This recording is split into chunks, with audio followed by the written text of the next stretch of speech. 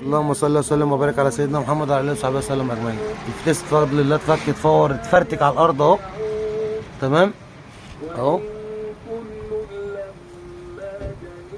بص بقى كده حاجه بسيطه قوي يعني. بص كده ده المغناطيسات اللي بتلم الرواسب. بص بص الطينه قد ايه. انا اوريك شكل المغناطيس. بص بص.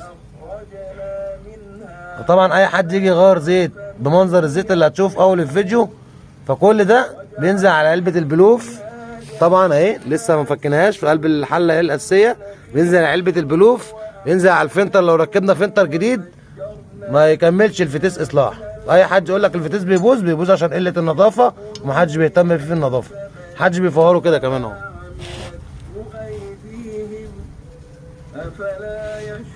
الفتيس كله على الارض اهو.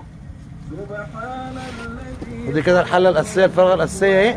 وده كده الفلتر. احنا كده يعتبر ايه شبه منضفينه شويه اهو. وده الزيت اللي نازل من الفلتر اهو. بص بص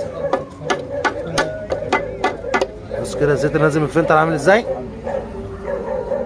باين في الالومنيا اهو. ودي الفرغه الاساسيه اهي. تمام. وده كده كله طقم الألسلات كله متفور اهو قدامك اهو.